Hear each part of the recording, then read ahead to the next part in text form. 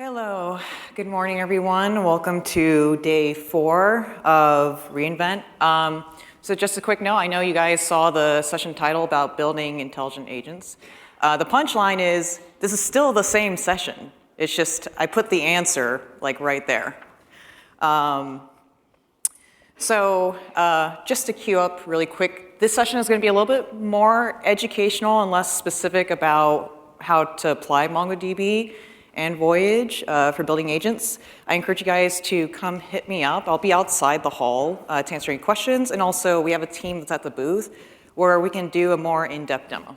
But for this session, we felt it was really important to honestly do a primer on agent memory, because if you're looking at improving the quality of your agents or RAG pipelines, architecting and how you architect your agent memory is a really good place to go. So we all recall this MIT report, I believe, about how 95% of organizations are seeing zilch, right, value. And there's been a lot of reasons posited. I think all of us kind of feel this a little bit, that we're still not quite at the point where we have a high conversion of like POCs to production-ready apps, right? And this study was, it had about 300 samples that they looked at. They spanned across all different industries. And they found that it was pretty consistent in terms of the challenges that businesses had. But they also had a quote about the 5% who were successful, right? Now, their claim was that, and they called this the dividing line, was that it wasn't really model quality, regulation, or infrastructure. It was actually the design of these agentic workflows and systems. Something that we've all experienced, for example, is agents losing track of user goals. They forget earlier details, provide inconsistent answers, and repeat work. There was a fun paper from Carnegie Mellon called The Agent Company, something like that. And what they found was when they tried to replace human tasks with agents, it ended up running the business to the ground. These agents would lie, and they struggled with opening pop-up windows. So in case anyone's wondering if your job is safe, if you can open a pop-up window, you are so good. But all these failures are not reasoning failures necessarily. We would argue that they are memory failures, because at the end of the day, most agents today are kind of stateless systems pretending to be stateful. Now, there's a ton of really interesting papers that have been published. These are a few of my favorite. There's more, but if we take a look at this, when we examine long horizon behavior, the data is pretty clear. Performance degrades significantly over multi-turn or multi-session interactions. All these studies would show that anywhere between 20 to 40% accuracy drops in long tasks. Your retrieval quality decays over time, and these agents frequently contradict earlier inputs. So real-world systems are consistently exposing the same pattern, that without engineered memory, agent performance collapses as you add on more interactions. Cool. Two of my favorite charts in particular, when people ask, well, why is it important to think about how do you architect and engineer your context and so on and so forth, is the Loss in the Middle paper and context route from Chroma. Independent research from companies like Microsoft, Stanford, Chroma show that there's two insights, right? One is that LLMs get lost when sequences get long. And then they, lose these constraints and drift from the original post, right? So this happens even when the context window is large enough to contain the relevant information. And the other aspect as well, it's where that information is located, right? The position of that information matters in terms of how likely it is to actually be retrieved. So the problem isn't just missing tokens. It's the LLM's inability to maintain the stable state across time. And this is why context alone isn't memory.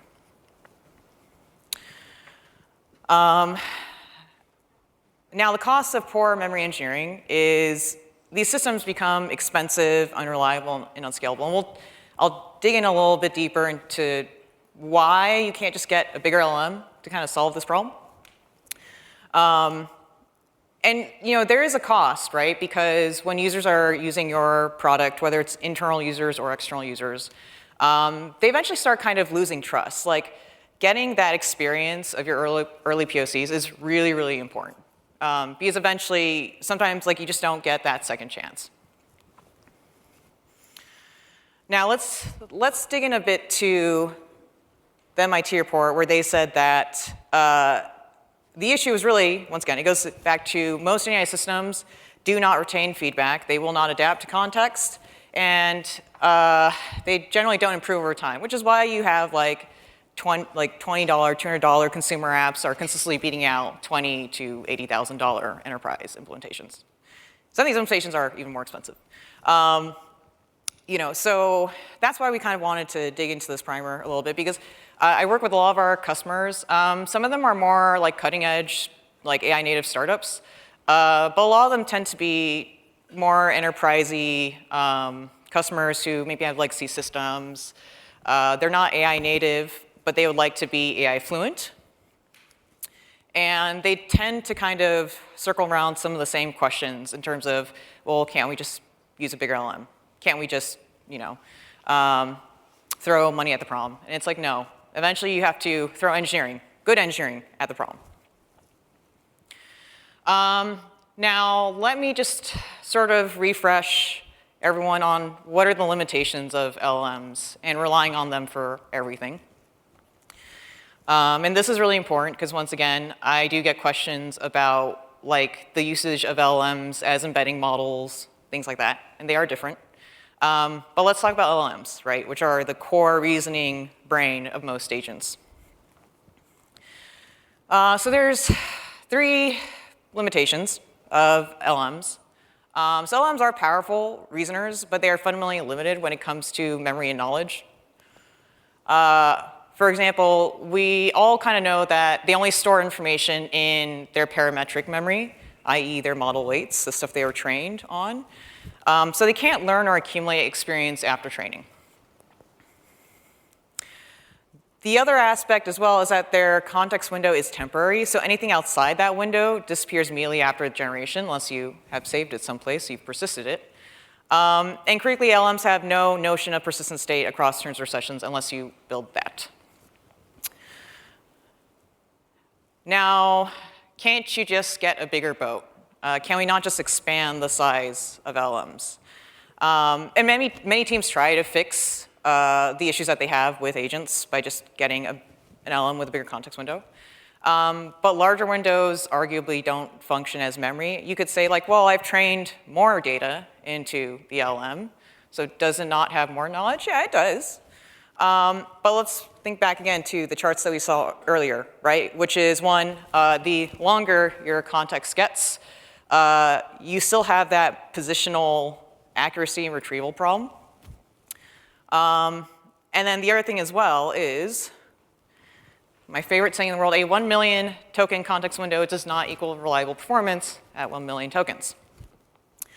Now, the other thing I didn't really mention about the Chroma paper that I should have was this insight. So who wants to guess?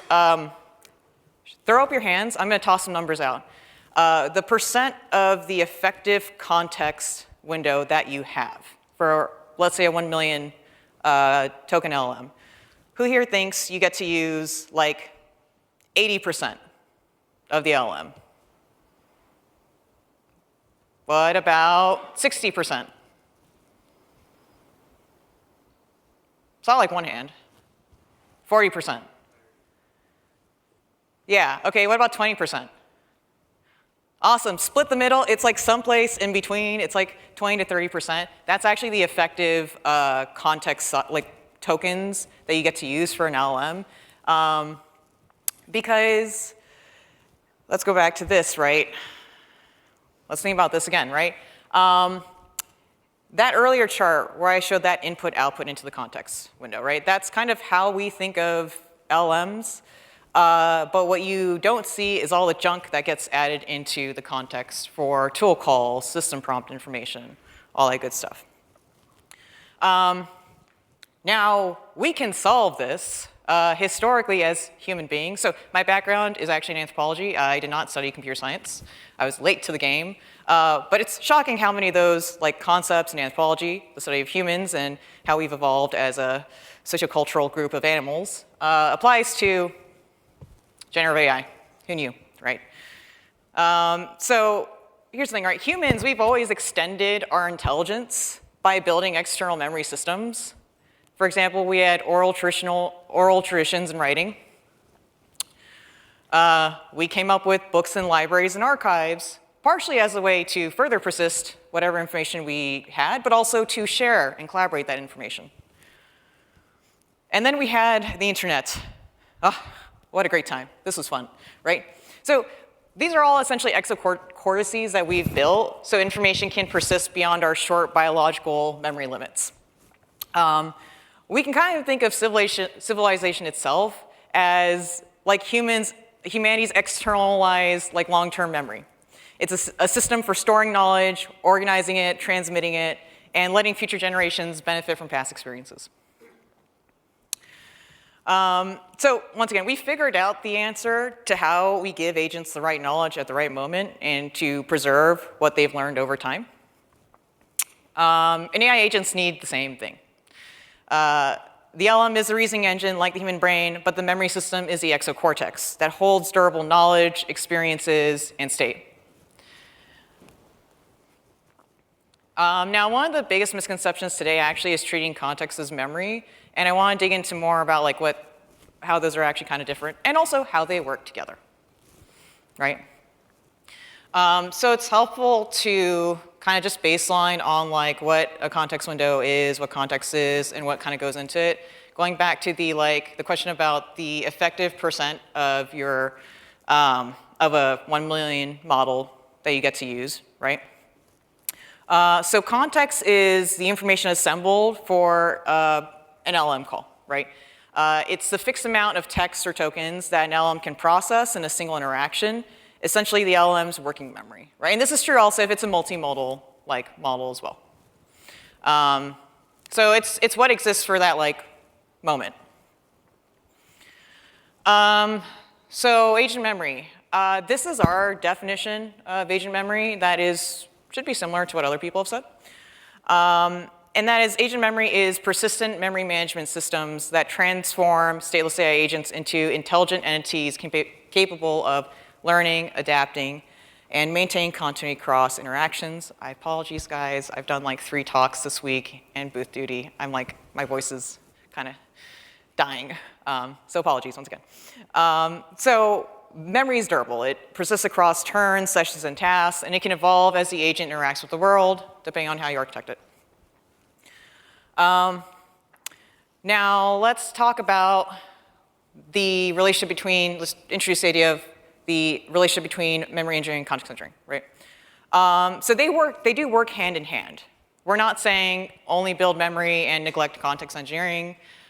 There is a process you should go through, right? Similar to how everyone started with prompting and prompt engineering, and then you start moving towards working with context, and then you want to start thinking about memory engineering, right?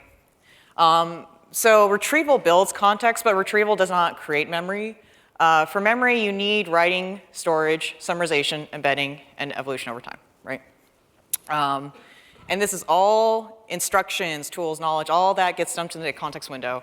And wouldn't it be nice if you could, I don't know, curate the information that gets pulled in? Now, for developers, this means you can't rely on the LLM alone to maintain state or accumulate experience. You need to build these explicit memory layers. This includes context engineering to surface relevant information, memory engineering to store and organize long-term state, and of course evals to ensure the memory system is accurate, stable, and non-drifting. Once you understand the LLM's limitations, it becomes clear that memory isn't optional. It's the foundation for reliable, long-horizon agent behavior.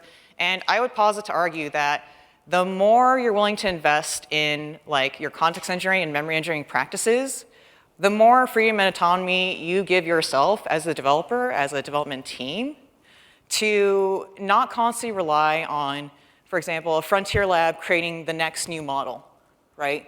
You don't have to wait on some external entity to improve the accuracy and the quality of the agents or the agentic workflows you build. You have that control in your hands. It's a wonderful, beautiful thing. And yeah, and like, once again, like, if there's a question about the place of software engineering in the time of generative AI, like someone said, we should look at the growth opportunities for us as technical professionals. How can we apply the best practices we've accumulated to improve these systems? Now, let me talk about the anatomy of an agent, right? This might seem kind of basic, but it is really important, because once again, I still get questions about, well, what's the difference between like an LLM versus an embedding model versus like a re-ranking model?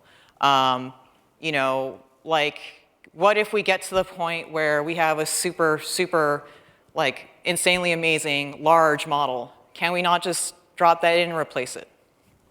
So it's important, actually, to go over this. So AI agents, definition there, but we can think of AI agents in terms of 4 faculties.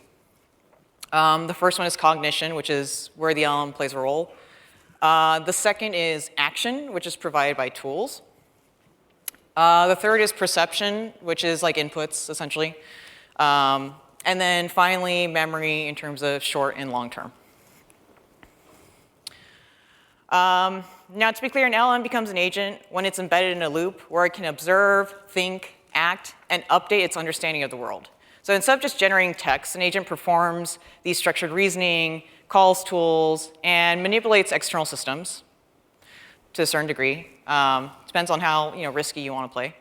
And it responds to its environment. The perception, reasoning, action, and feedback cycle is what differentiates static chatbots from adaptive interactive agents. So this is kind of typically what an agentic system looks like. So if we kind of follow the flow, every agent request breaks down into distinct phases. We have the environment, which sends an observation, usually through a human or maybe even another agent. We have the system that builds context. We have the model that performs reasoning. We have tools that could be invoked. And we have results that are written back to memory. So understanding this anatomy clarifies where memory reads and writes occur and where you as a developer must intervene, right? But yeah, once again, like, just to summarize, we have data. That data gets processed. You can chunk it. You can embed it. That gets dropped into a vector database, and information from that is retrieved. So I've gotten questions from people going like, oh, don't agents negate the need for RAG? It's like, no, RAG could be a tool. And you could do semantic search, you could do full text search, doesn't matter, right? I said this was going to be more educational, but just to do my duty of pointing out in green where MongoDB, Atlas, and Voyage lives.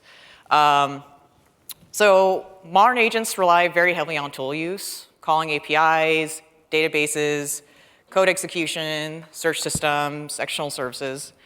So the reasoning loop looks like React, right? The model thinks, it decides, it performs a tool action, receives feedback, and continues reasoning.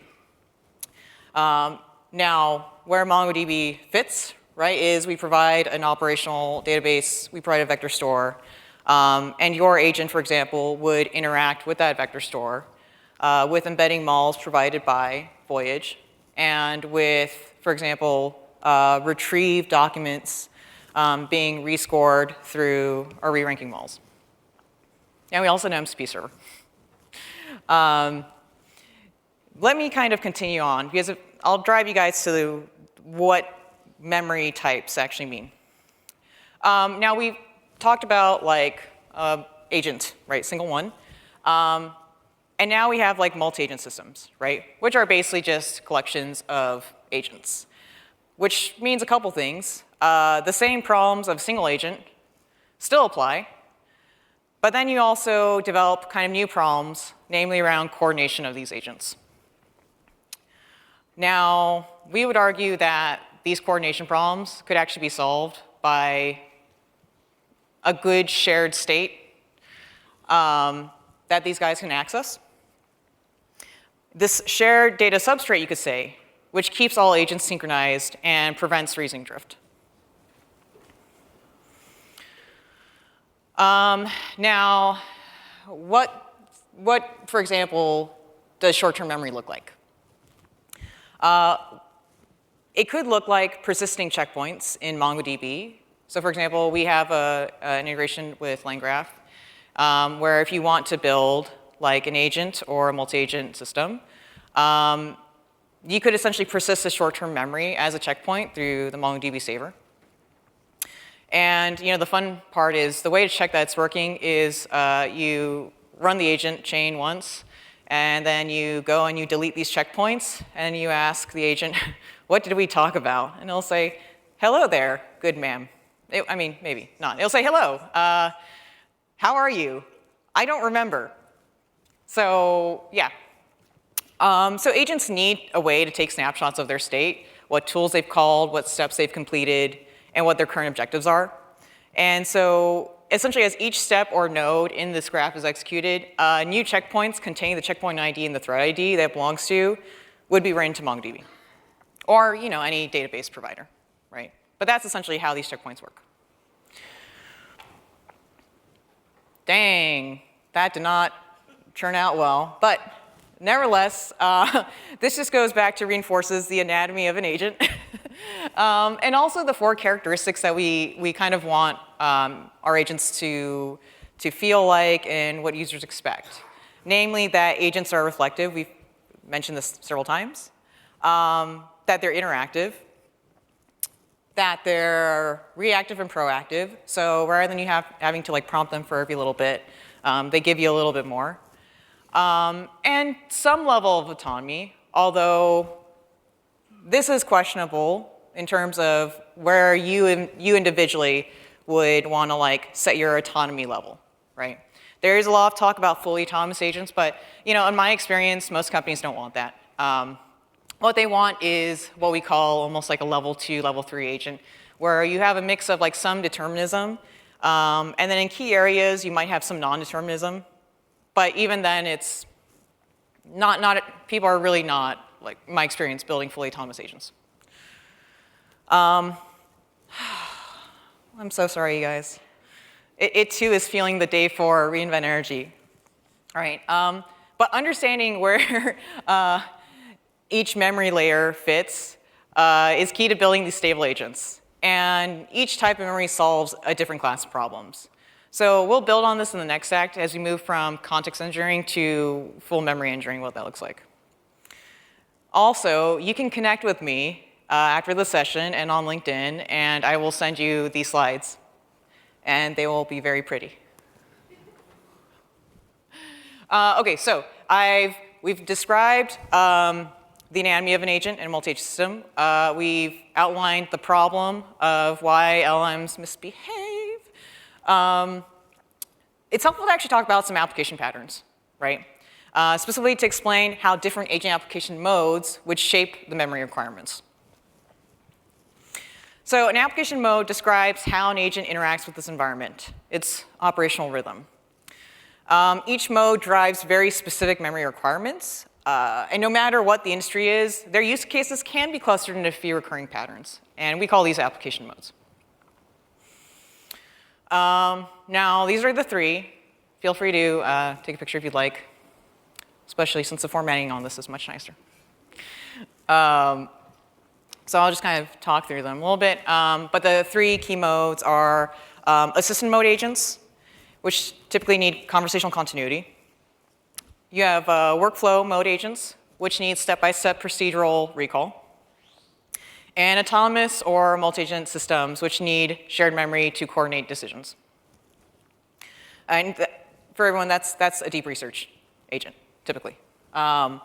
So understanding these modes helps us design the memory architecture that matches the agent's operational power rather than taking a one-size-fits-all approach. So the first one is conversational assistant. So in assistant mode, the agent's memory must preserve the user's preferences, past conversations, and long-running objectives. And this is where short-term memory, semantic caching, and episodic recall matter most. The agent should remember what the user cares about, not just repeat steps or lose thread. So this mode heavily exercises context engineering and local continuity benchmarks like Locomo. In workflow mode, the agent executes a series of predefined or dynamically generated steps. So here, memory isn't about conversation, it's about procedure. You preserve outputs, intermediate states, decisions, and tool results so the graph can continue deterministically. Procedural memory and state logging become the backbone of this pattern. So we can think of the, like no-code, low-code tools. For example, a partner of ours, NA10, would be a pretty good example of this. They have a workflow agent or an NA10 agent where you can describe kind of what you're looking for, and it'll output this workflow, right? And in deep research mode, the system operates as a coordinated collective of specialist agents, each one taking on like a research role such as retrieval, synthesis, critique, or cross-validation. And here, memory isn't conversational or procedural as much as it is about being collaborative. Agents contribute findings, hypotheses, citations, and evaluations into a shared research record that evolves over time. The quality of the research depends entirely on the stability, accuracy, and structure of this shared memory layer, which becomes a single source of truth that agents iterate on, refine, and challenge as the investigation deepens. Now, just to be clear, you can have all of these actually in the same feature or in the same company or as the same product. We're not saying that these are mutually exclusive, but it's just that if you kind of zoom in on a part of the process, you can usually kind of fit it into one of these buckets. Now, let's just dig in a little bit deeper into context engineering. So what is context engineering? It's the discipline of controlling exactly what the LLM sees at inference time. Since the model's internal memory is limited and volatile, we need to construct the optimal input context for every step. This means retrieving the right information, shaping it, ordering it, and trimming it so the model understands the task, the state, and what matters right now. So if memory engineering is about what the agent retains and offloads, context engineering is about what the agent focuses on. Now let's just talk about retrieval, the retrieval pipeline. So modern context engineering starts with retrieval. A retrieval pipeline transforms your raw data into context the model can actually use. It'll chunk docs, embed the chunks, store them in a vector index, and retrieve the top key candidates based on semantic similarity. This pipeline is the difference between an agent that guesses and an agent that grounds its responses in real information. So common question like I get is, how do we cut down on hallucinations of LLMs? And one of the ways you can do that is you provide the LLM with enough grounded information that it doesn't need to make up stuff on the spot, right? Because they're post-trained to be helpful, and helpful is not, yeah, nah, dude, you're on your own. Helpful is giving some kind of answer, even if it's not the best answer. Now, when we talk about, zooming in even further, chunking, indexing, and metadata. So in this retrieval process, chunking and metadata profoundly affect retrieval quality. Too large chunks create noise, and too small chunks lose meaning. Metadata, like topic, type, timestamp, or project, lets agents filter and target the right information, especially when data sets grow.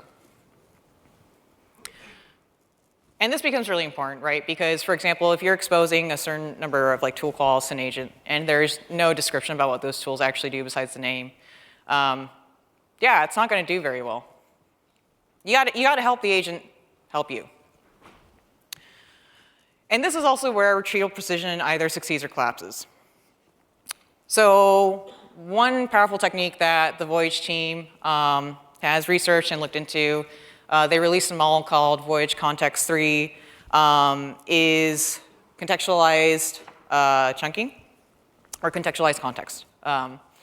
And instead of embedding the user's raw query, what you could do actually, for example, alongside with the voyage context tree model, is you could rewrite the query to reflect the intent, task, context, and domain language.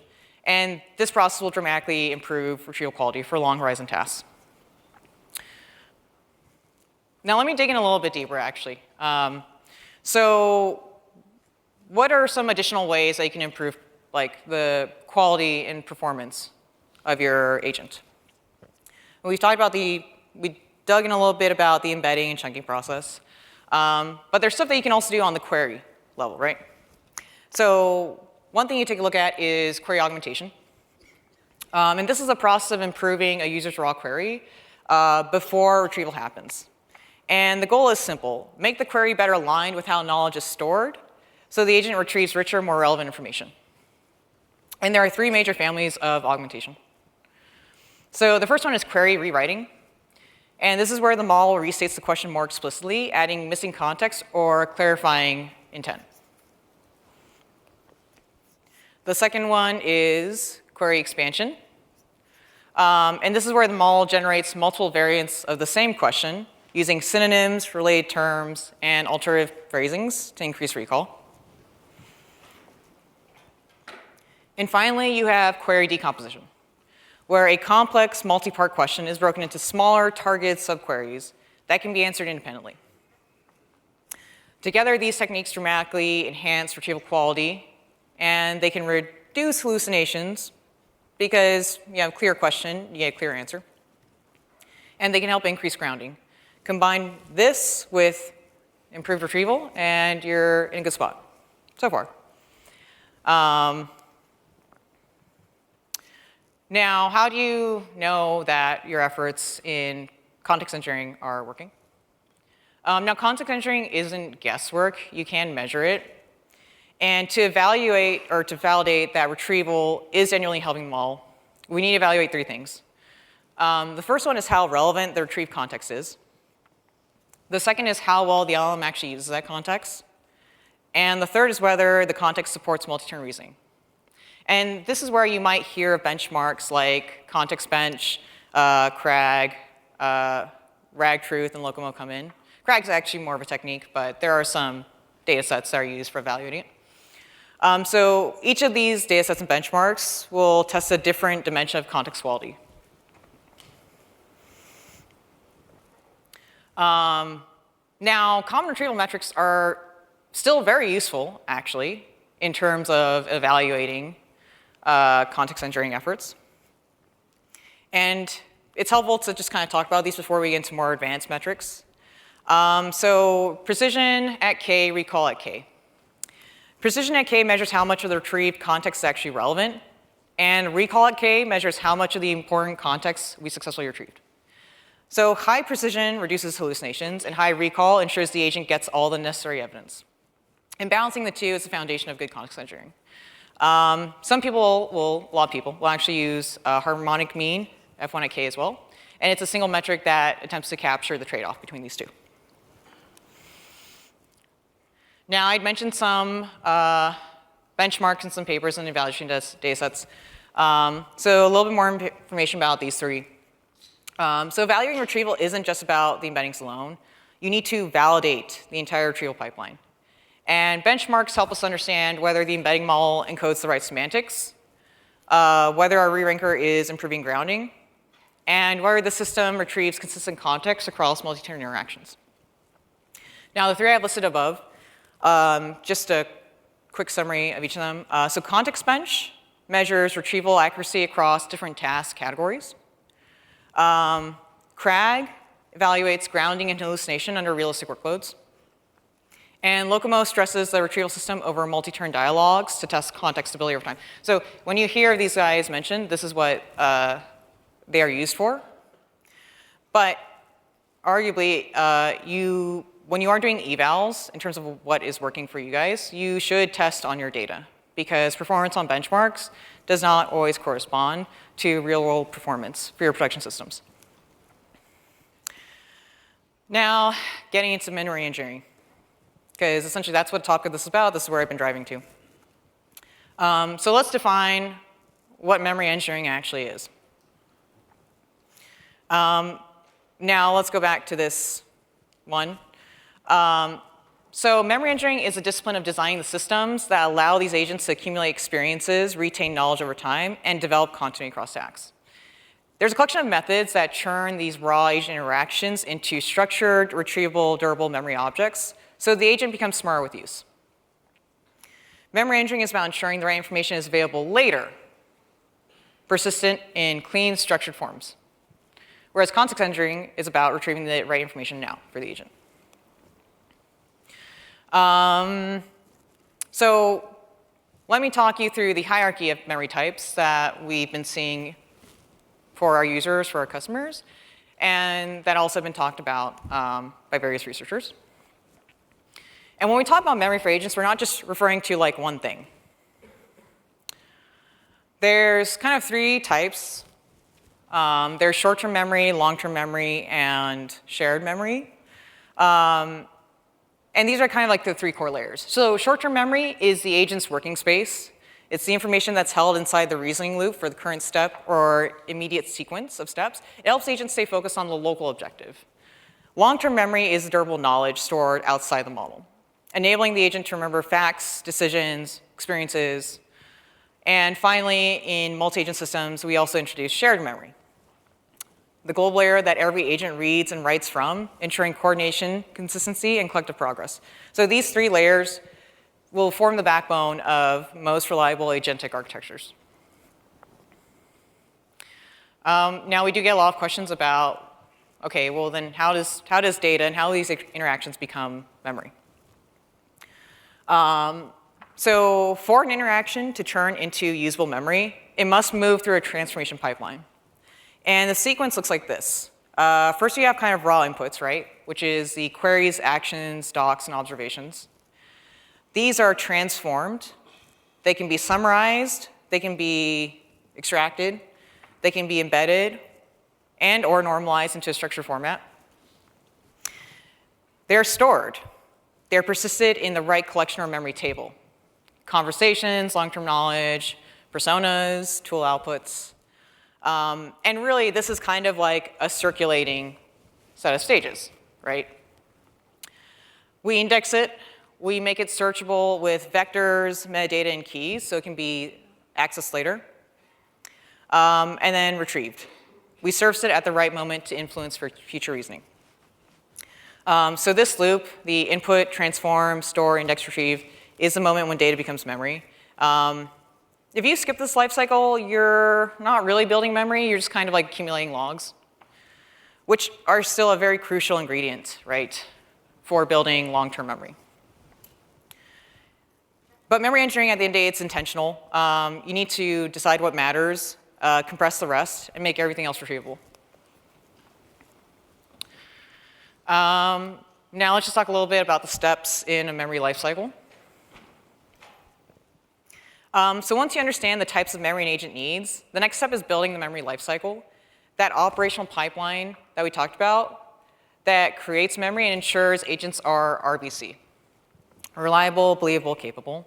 So if you're trying to figure out, whether your like agent or agentic workflows or agent-like system is working, you can poll your users and just even ask them along these lines.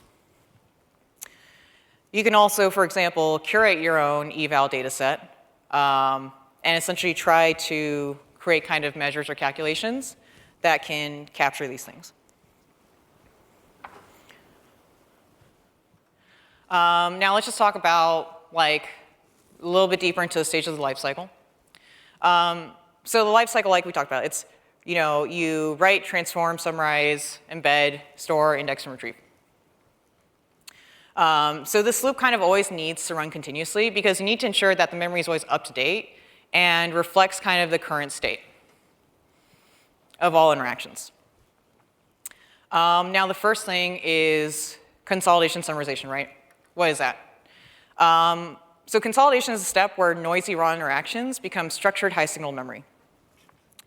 Summarization extracts the meaningful parts of an event, preserves the context, and removes irrelevant details, similar to how human memory compresses experiences. Without consolidation, you can definitely get bloated, redundant, unusable memory.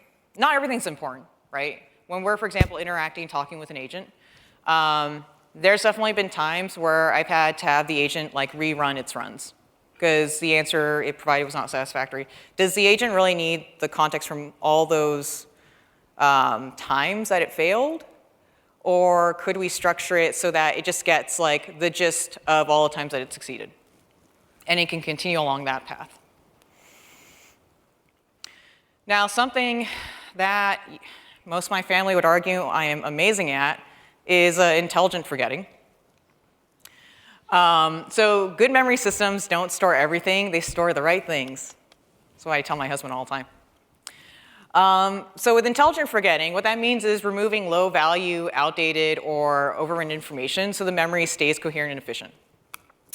And obviously this can help prevent drift, contamination, and contradictions, especially as the agent operates across long horizons. And there's a couple different ways you could cut this. You know, you could do like a time to live index. There's a number of like ways you can consider intelligent forgetting. Now with retrieval, what can we do here?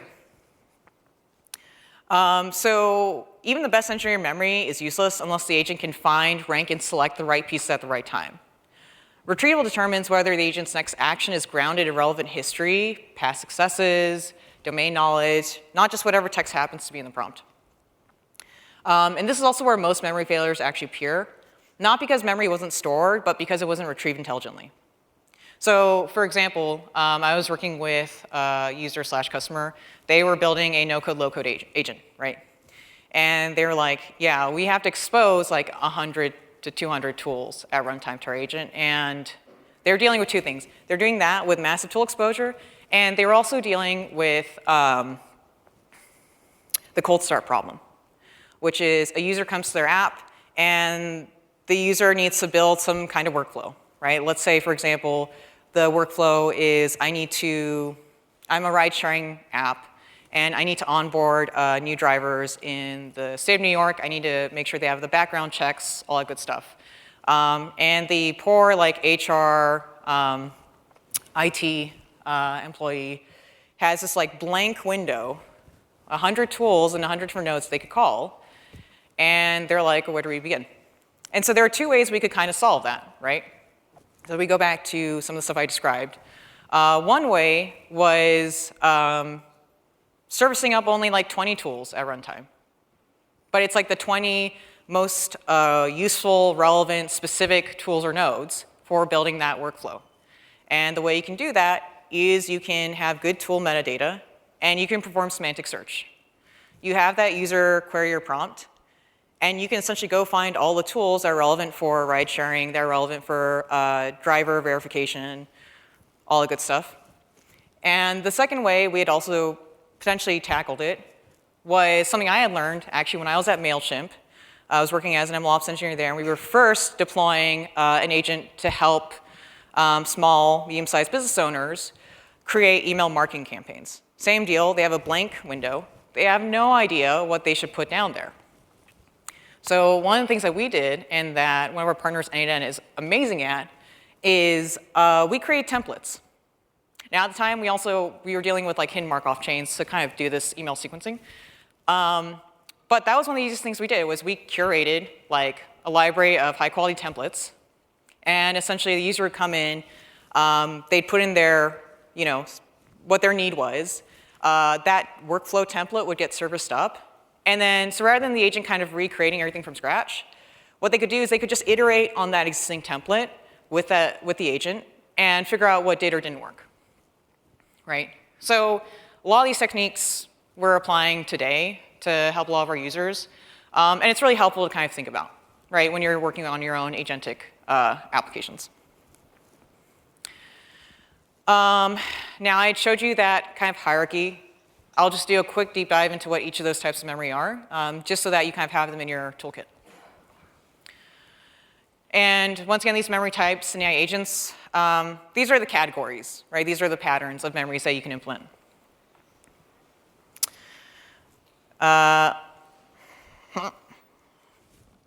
Right, okay, so you guys can see this and you can take a picture of it, right? For that coordination shared memory, it's shared memory. It's shared memory that is solving the coordination problem. Sorry, I didn't get to fixing that. But this is the family tree of memory that we've seen being applied, memory types that we've seen being applied, and also that have been validated through papers and so on and so forth. So first one, let's talk about short-term memory. We've already kind of discussed what this is. Humans, it maps to working memory. So there's kind of three main types, sorry. So the first one is semantic cache, is something that we highly recommend. Semantic cache is a scratchpad for storing recent computations or answers. If the agent has already generated a response, it can retrieve it instantly without recomputing, reducing latency and cost. So first thing to take a look at for short-term memory. Now, going back to that RBC, reliability, believability, capability, if you're trying to solve, for example, reliability, you should take a look at short-term memory. It is kind of, we see it as sort of the foundation of reliability because it keeps dialogue coherent and prevents constant resets, at least in the short term, right? Now, long-term memory, this is what persists across sessions, and it has three branches. The three main types, and I believe some of the announcements had actually hit on some of these types as well. So we have procedural memory, which captures how to do things, both workflow memory and what we call toolbox memory. So what tools exist now and use them, going back to that user case study I just had mentioned. We have episodic memory, and this records what happened. So it's the raw conversation episodes and their summarizations, so the agent can recall prior interactions without prompt bloat. And then we have semantic memory, which encodes what is true. The knowledge base of facts and docs, entity memory, so people, accounts, and assets, and persona memory, tone, goals, preferences. We can think of procedural as driving capability, episodic provides continuity, and semantic grounds answers and sustains identity. So this is an example of workflow memory.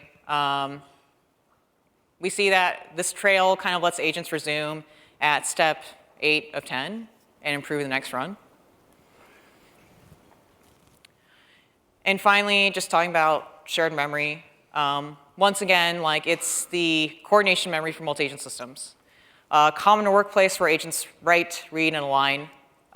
You can think of this as like whiteboard memory is kind of how I treat it. So like one of the favorite parts of working as an engineer, right, is being in a room with a whiteboard and working with your peers and kind of solving answers, tracking all the interim steps, but having it in a shared place.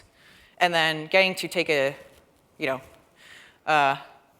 picture of it with your iPhone or your Android, share it. So that's kind of what shared memory is.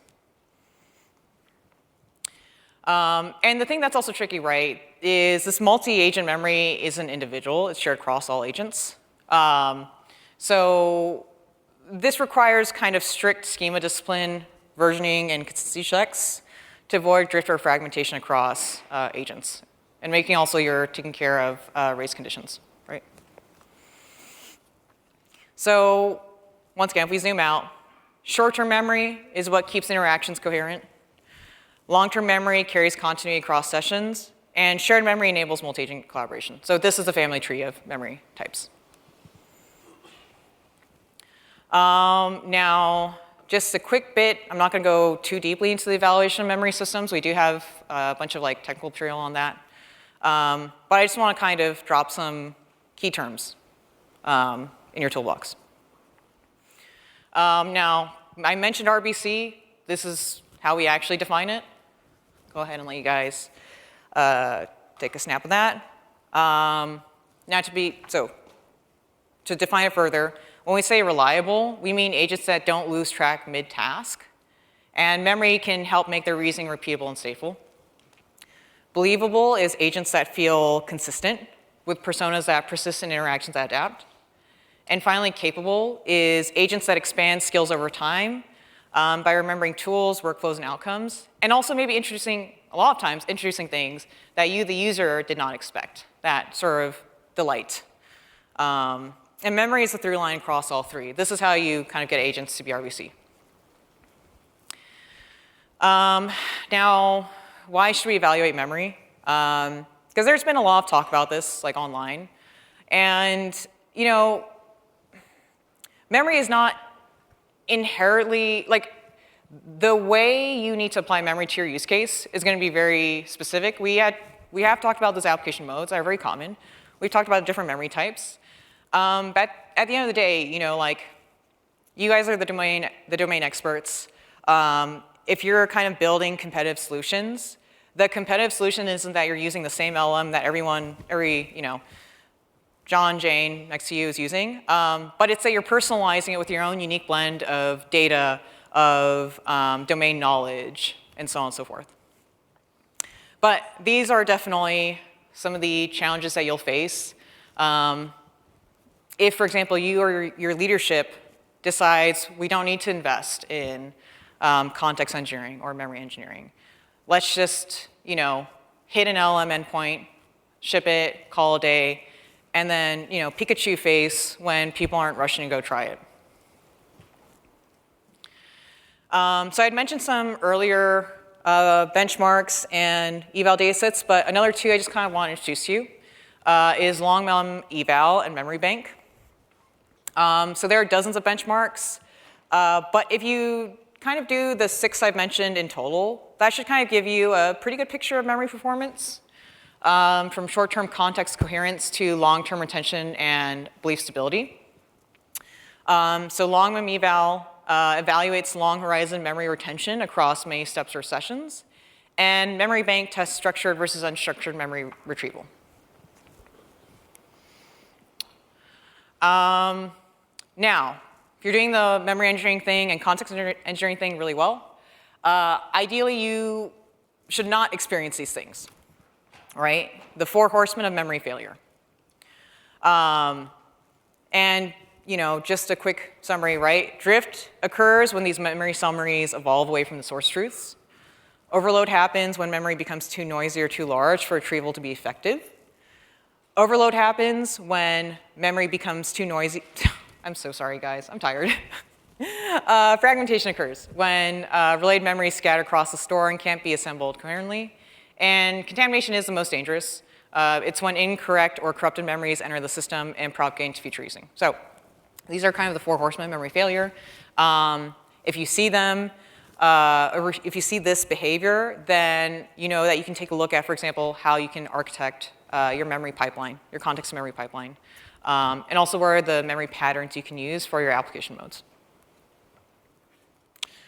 Now, I do need to do a little spiel, right, about MongoDB. I've given you guys kind of hopefully all the insights and all the kind of conceptual foundational knowledge you need to understand agent memory, regardless of whether it comes from MongoDB or anyone else, right? So building stateful production-ready agents. So take all that information that I had given you, and let's see where MongoDB and like Voyage fit. So now that we understand what memory engineering requires, let's talk about how you could implement it. So MongoDB works well as a memory substrate because it gives agents 3 things they critically need. Flexible operational database for structured memory, native vector search for semantic retrieval. People seem to forget that Atlas has vector search. I'm here to tell you that it does. And you can do some fun things with it, including hybrid search, which is full text plus vector search in the same aggregation pipeline.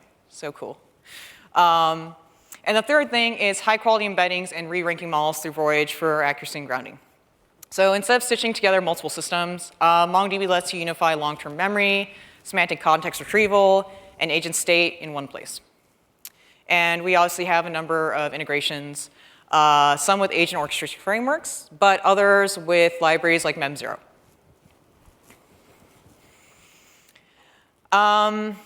Yeah, so once again, something I commonly get is people saying like, oh, I used Atlas 8 years ago. I didn't know you guys could do that. Yes, we can. And we'll continue to evolve as the needs require. So agents need schemas that match memory types. And because of the flexible document model, you can kind of evolve these schemas as the agent learns new things over time, or as the product matures. So I did a session yesterday with Jeff Singer from DraftKings, and I really loved what he said, which is that MongoDB has been really helpful in cases where, honestly, they've had to evolve the schema, and those requirements have changed really quickly over time. And so I thought that was really delightful here. And everything we talked about, retrieval, memory layers, indexing, and eval, comes together in a unified memory engine. MongoDB supports this entire lifecycle. And with Voyage, on the left, this is probably what your pipelines look like now. But on the right is kind of this world that we're running towards, and that a lot of our customers are adapting to, which is essentially having all this under the same hood. Some models that we offer, I'd highly recommend you guys check out Context 3, especially if you have long document issues, and also Multimodal 3 as well. So to end, so memory engineering is now a real discipline. It really is. It's not just because I want it to be. Trying to not make fetch a thing, right? But memory engineering forces us to think beyond prompting context size and instead design systems that allow agents to accumulate this experience to help your POCs or your projects become that 5% that succeed. And this is how we shift from LLM applications to actual intelligent agents. So I didn't lie to you guys, right? The answer to the question of the original title was agent memory. Now, 3 key takeaways. First, context is not memory. You kind of need to separate visibility from durability. Second, memory must be engineered. Schemas, pipelines, and eval loops. And third, agents only become reliable and useful when their memory systems are reliable and useful. Yeah. Cool. So if you want to learn more, so if you scan this QR code, we do have a blog post about shared memory, but that will lead you to other resources around agent memory as well. So highly encourage you to check it out. And thank you for attending. And our lovely hosts would love for me to remind you guys that you can take a session survey. So if you absolutely hated it, just let me know. But if you loved it, no, I'm kidding. Don't let me know if you hated it. But if you did love it, please do fill out the survey. We love to do these kinds of educational sessions, and we hope to do more.